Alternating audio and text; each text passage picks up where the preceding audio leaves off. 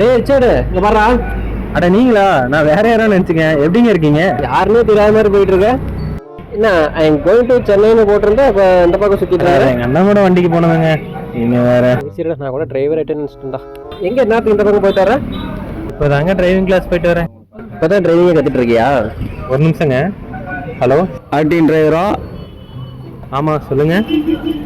சென்னை வரைக்கும் போகணும். போய்க்கலாங்க. சரிப்பா, ஒரு 10 நிமிஷத்துல கூப்பிடுறேன்.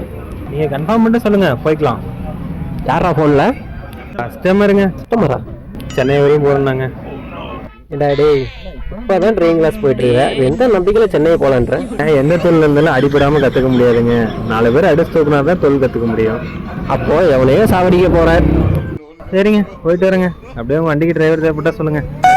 ஆஹா, இவன் மண்டை குழம்பி மெண்டலாகி வந்திருக்கானா இல்ல போர் அடிக்குதுன்னு டைம் பாசிங் பண்றானா என்னன்னு தெரியலையே.